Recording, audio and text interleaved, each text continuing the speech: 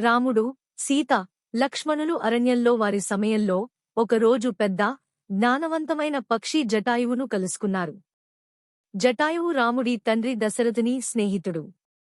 అతను చాలా సంవత్సరాలుగా జీవించి, ఇప్పుడు వృద్ధుడైన, ధైర్యవంతుడు, మహాత్ముడు.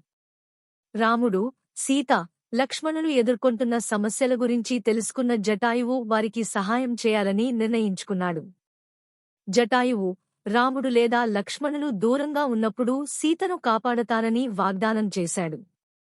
జటాయువు తనను దశరథునితో ఉన్న స్నేహం గురించి, రాఘవ వంశం పట్ల ఉన్న గౌరవం గురించి రామునితో చెప్పాడు. జటాయువు అంకితభావం, దయను చూసి రాముడు చాలా సంతోషించాడు. వారు మంచి స్నేహితులయ్యారు. ఇది రాముని కుటుంబం మీద జటాయువు చూపిన స్నేహభావం, భక్తి గురించి గొప్ప ఉదాహరణగా నిలిచింది.